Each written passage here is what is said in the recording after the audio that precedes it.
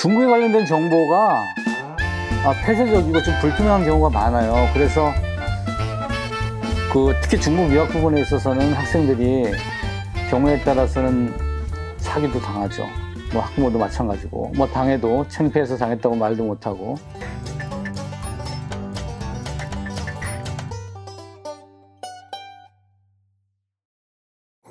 안녕하세요, 여러분. 박쌤입니다. 이번 시간에는 여러분들이 궁금해하는 사항 중에서 중국 유학에 관련된 설명을 드리고자 합니다. 이맘때면 중국 유학에 관련된 여러 가지 질문들이 많이 들어오곤 하는데요. 중국 유학을 가도 좋은지, 이런 질문이 먼저 많이 들어오는데, 먼저 현재 어떤 중국에 대한 잘못된 인식, 이런 것들은 큰 문제인 것 같습니다. 유학을 가든 안 가든 앞으로 중국어는 현 세대에 반드시, 또는 앞으로의 세대가 반드시 갖춰야 될 휴대폰으로 하면 필수 어플이라고나 할까요?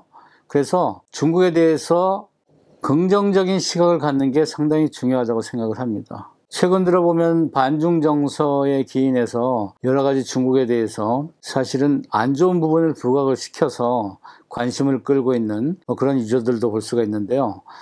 중국에 대해서는 긍정적인 부분을 보는 것이 좋다라고 선 조언을 드리고요. 중국 유학을 생각하고 있는 분들에 대해서는 이번 시간에 제가 설명해 드리는 몇 가지 부분들은 도움이 많이 되실 겁니다.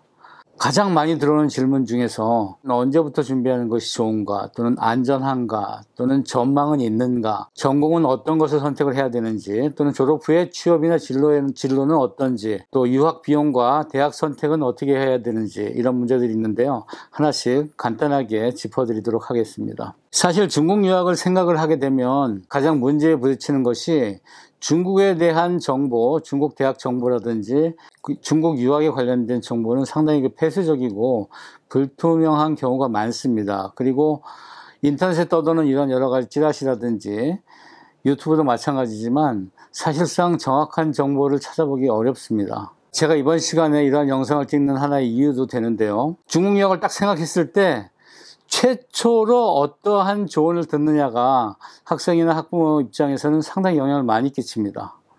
그것으로 결정되는 경우가 많아서, 또 일단 정해지면, 또는 학생의 입장에서 어느 한 대학이라든지 어떠한 전공이라든지 딱 꽂히게 되면 주변의 어떤 다른 의견이나 이런 것들을 받아들이기가 상당히 어려워져요. 그래서 최초의 어떤 조언이나 좋은 영향을 받는 것이 상당히 중요한 것 같은데, 만약에 이번 시간에 제 영상을 이렇게 보시는 분들은 그런 측면에서는 어떤 가장 좋은 정보를 보고 있는 것이다, 이렇게 생각을 하시면 될 것 같습니다. 대개의 경우 우리가 중국 유학을 생각을 할 때 영향을 받는 것이 주변의 지인들, 모임이라든지 교회라든지 또는 직장 동료라든지 이런 지인들의 영향을 많이 받고요. 그 중에서는 이제 국적이 중국인 분들도 있을 거고, 또 중국과 사업을 하는 분들도 있을 거고, 또 중국과 어떤 연관성, 관계를 맺고 있는 분들이 많겠죠. 그리고 학원이라든지 일반적인 유학원 이런 것들이 있겠는데, 사실상 중국에 대해서는 학원이라든지 일반적인 유학원의 경우에는 전문 지식이 좀 한정되어 있죠. 그래서 대부분 자신들과 직접적인 교류를 하고 있거나 또는 연결이 되어 있는 그런 대학을 위주로 하게 되는데요. 아무래도 영리기관이다 보니까 학생의 입장이나 장래 이런 것보다는 물론 이제 생각을 하겠지만 우선적으로는 실리에 따라서 대학을 추천하는 경우가 많이 있죠. 그래서 상대적으로 학생들이 일부 피해를 입는 경우도 있는 것 같습니다. 그렇다고 해서 우리가 학교에 중국어, 저도 이제 현직에 있지만 학교에 중국어 선생님들께 문의하는 경우도 있지만, 사실상 선생님들도 교직에 있다 보면 중국 대학에 대해서 전문적인 지식이 부족합니다. 그리고 또 선생님이 주도적으로 또 소개하기에는 아무래도 위치가 있으니까 좀 불안한 부분도 있고 해서 학생의 입장에서는 사실은 조언을 구하기가 그렇게 쉽지는 않죠. 중국 유학을 가야 되는 것인가 하는 문제에 접하게 되면, 아까 제가 서두에도 말씀을 드렸지만 이건 선택의 여지가 없다, 이렇게 보시면 됩니다. 실질적으로 현재 중국이라는 국가는 여러 가지 비난을 받고 비판을 받는 부분도 있지만, 변함없는 사실은 현재 약 140여 개 국가와 제1 혹은 제2의 교역 국가입니다. 뭐 우리만 두고 보더라도 우리가 최근 몇 년 동안 계속 중국의 대중국 무역에 있어서는 500억, 600억 달러 이상의 흑자를 기록을 하고 있고 또 매년 2천억 달러를 상회하는 수출입을 하고 있습니다.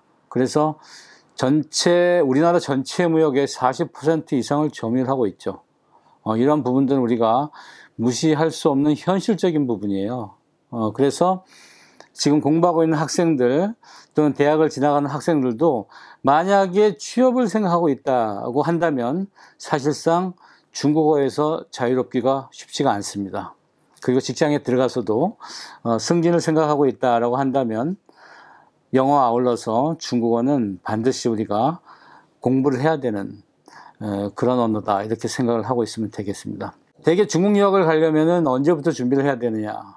뭐 대부분의 어떤 학생들 같은 경우는 중학교 때서부터 미리 준비를 하고 있는 학생들도 있는데 고등학교 때 올라와서 1, 2학년 때부터 준비를 하는 것이 바람직하죠. 시간을 두고 공부를 해야 되니까. 또 중국어라는 것이 물론 뭐 개인적인 생각으로는 영어를 배우는 것보다는 훨씬 빠르다라고 볼 수는 있지만 그래도 한 언어를 공부한다는 것은 쉬운 일이 아닙니다. 그러나 상대적으로 요맘때 이제 수능이 끝나고 학생들이 이제 정시 원서 쓸 때가 됐네요. 정시 원서도 쓰면서 또 학생에 따라서는 중국 유학을 생각하는 그런 학생들도 있는데 이때 하면 어떨까요? 라고 하는데 사실상 고3인 지금 결정하더라도 늦지는 않다. 하기 나름이다. 이렇게 조언을 해줄 수가 있을 것 같습니다. 대부분의 중국 유학을 생각하고 있는 학생들이 왜 중국을 가려고 하느냐? 그러면 사실상 현실적인 문제죠. 그래서 물론 이제 부모님이라든지 또는 친인척이 중국에 사업체가 있다거나 어떤 그런 관계에 의해서 중국 유학을 생각하고 있는 학생들도 있지만 상당수는 한국에서의 상위권 대학 진학이 어려우니까 그런 부분들도 상당히 많이 있고요. 주변 지인의 영향 뭐 이런 것도 있을 수가 있고요. 어쨌든 간에 저에게 중국 유학에 대해서 어떻게 생각하십니까? 라고 물어본다면 말리고 싶지 않다. 오히려 권장하고 싶다. 이렇게 말씀을 드릴 수가 있습니다. 중국 유학을 생각했을 때 첫 번째 이제 안전의 문제에 대해서 궁금해하는 또 우리가 뭐 신문 지상이라든지 요즘은 신문 덜 보죠. 또 SNS라든지 또 온라인상에서 중국의 안전 문제에 대해서 또 많이 거론이 되고 있잖아요. 문제 없습니다. 예, 지금 뭐 코로나 시대, 팬데믹 시대라고도 하지만 뭐 코로나19를 비롯해서 기타 안전 문제는 우리와 비교했을 때 전혀 문제 삼을 것이 없다. 문제가 없다. 이렇게 말씀을 드릴 수가 있고요. 또 전망의 문제. 이게 전망이 있겠느냐, 중국 유학으로 가는 것이. 제가 서두에도 말씀을 드렸지만 일단 중국이라는 국가는 우리가 현실적으로 현 세대, 미래 세대에 있어서는 사실상 함께 갈 수밖에 없는 그리고 우리에게 정치, 사회, 경제적으로 가장 영향력을 많이 끼칠 수 있는 그러한 국가와 언어이기 때문에 이것은 반드시 우리가 공부를 해야 되는, 연구를 해야 되는 우리들의 현 세대의 과제다. 뭐 중국에 대해서 상당히 부정적인 전망을 내놓는 그런 부분들은 그냥 선생님 입장에서는 흘려버려라. 그리고 긍정적인 부분을 보려고 노력을 해라. 이렇게 조언을 해주고 싶습니다. 우리가 어떤 것들은 살아가는 과정에서 바꿀 수가 없는 게 있어요. 그렇죠? 바꿀 수가 없는 게 있습니다. 뭐 극단적인 예를 들면 우리가 예를 들어서 부모 형제들 같은 경우는 바꿀 수가 없잖아요. 우리 마음대로. 그렇죠? 어떤 운명이라는 부분들.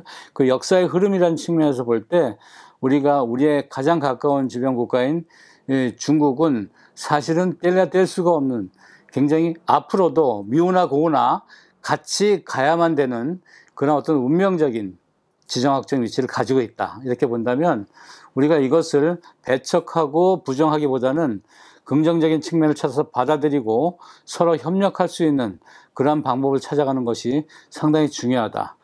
또 그렇게 해야만 된다라는 측면에서 볼 때는 향후에 더 많은 중국 전문가가 중국을 이해하는 그러한 젊은이들이 많이 생겼으면 좋겠습니다. 뭐 전망은 당연히 저는 긍정적으로 봅니다.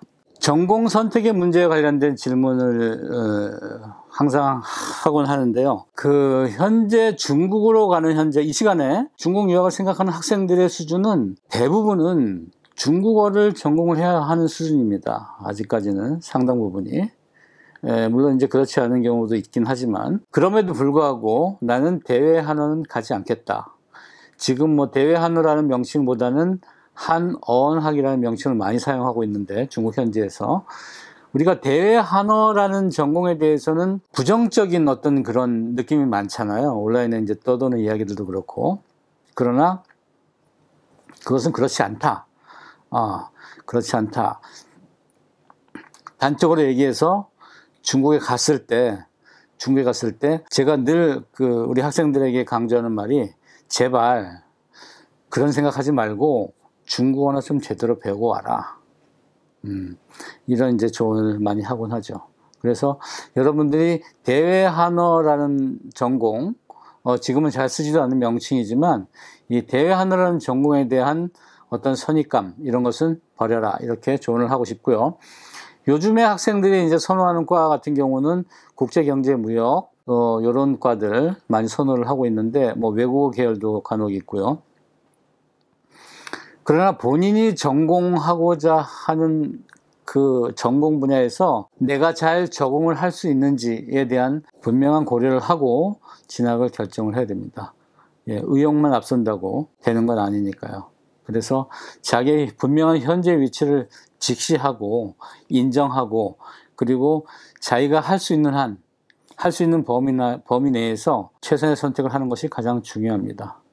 우리가 유학을 간다 하더라도 현지에 가서 중국 문화를 우리가 이해하고 중국인의 실생활을 이해를 하고, 또 중국어를 공부하는 데 있어서 즐거운 유학생활이 돼야지 힘들고 고통스러운 유학생활이 되면 안 되잖아요. 그죠? 그러니까 본인의 현재 위치를 정확하게 파악을 하고 전공을 선택하는 것이 중요하다, 이렇게 조언을 하고 싶습니다. 졸업 후에 취업이나 진로에 대한 걱정, 졸업 후에 취업은 잘 되나요? 뭐 이런 질문을 하는데, 사실 이것은 뭐 중국이나 한국이나 똑같아요. 마치 한국에서 어떤 특정 대학 특정 학과를 진학을 하는데 졸업하고 뭐 취업이나 잘 될까요?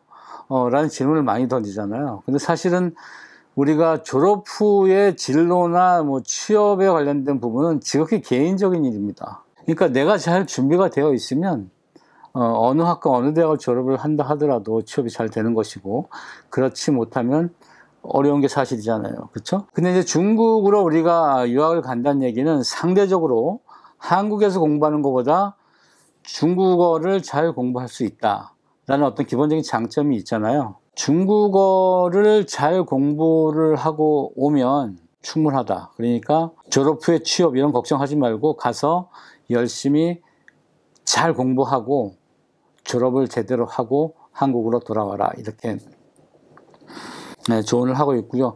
뭐 예를 들면 학생의 적성이나 뭐 어떤 취미, 성향을 봐서, 예를 들어서 선생님 저는 가르치는 게 취미가 있어요. 만약 이런 학생들이 있다면, 그러면 중국의 명문대학에 진학을 해서 4년 동안 학점 관리 잘 하고 중국어 전공으로 열심히 공부를 하고 와서 한국으로 와서 한국의 교육대학원에 진학을 해서 졸업을 하면, 또 학점을 이수를 하게 되면 교사 자격증이 나오고, 그러면 또 가르치는 일을 할 수 있고, 뭐 이런 부분에 대한 조언도 해주고 있고요. 그래서 결론적으로는 가서 공부를 좀 열심히 잘 하고 와라.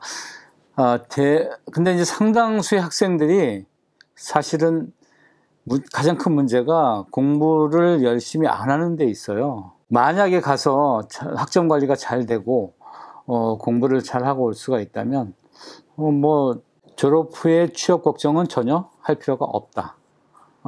이렇게 생각을 할 수가 있고요. 그다음 외국어적으로 볼 때도 지금 중국어 시장이 상당히 작아요. 상당히 작은데 인구가 설령 줄어들고 있다 하더라도 중국어 시장은 커지면 커졌지 줄어들지는 않는다. 그래서 얼마든지 시장은 열려 있다. 열심히 공부하고 와서 개척을 하면 된다. 이렇게 얘기를 하고 싶습니다. 그 다음에 이제 현실적인 문제, 유학 비용과 대학 선택의 문제가 있겠는데요. 유학 비용은 거의 정해져 있어요. 근데 중요한 건 여러분들이 이제 헷갈리지 말아야 될 게 뭐냐면, 중국은 연 단위로 받아요. 우리는 이제 학기 단위로 받잖아요. 그래서 중국은 연 단위로 받아요. 그러니까 중국에서 학기 단위로 받는다 그러면 그건 조금 이상이 있는 거고, 9월 학기에 시작을 하면서, 중국은 9월 학기잖아요. 연 단위로 받아요. 1년에 한 번씩.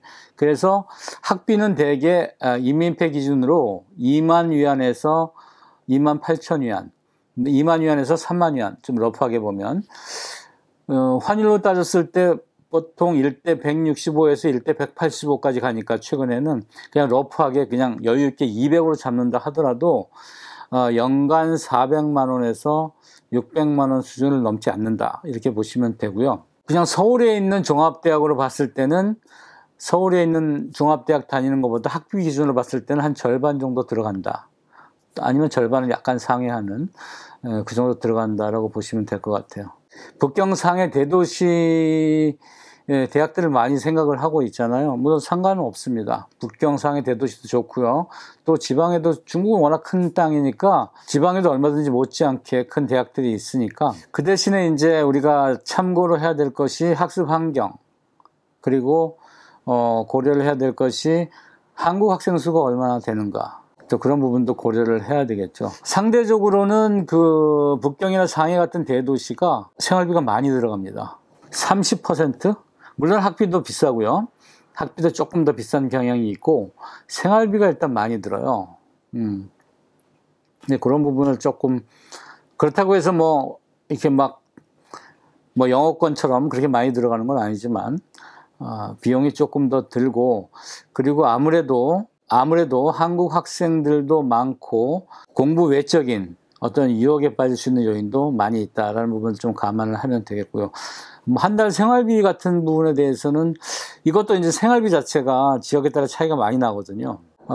너무 범위가 커요. 아껴 쓰는 학생들은 뭐 아주 아껴 쓰는 학생들도 있고, 심지어는 뭐 한 20만 원 선에서, 여기서 이제 주요 생활비는 이제 먹고 마시고 이제 사용되는 거, 뭐 입고 뭐 이런 부분들 있잖아요. 20만 원에서 한 100만 원까지. 이건 폭이 크니까, 생활비 부분들은 내가 가는 지역이 정해지면 대략 산정이 가능할 것 같습니다. 뭐 이 정도 얘기를 하면 어느 정도 해결이 되지 않을까요? 궁금한 어떤 내용들이 있으면, 특히 중국 유학에 대해서 선생님이 무료로 상담을 얼마든지 해줄 수 있으니까 연락을 주시면 제가 시간을 봐서 도와드릴 수 있도록 하겠습니다.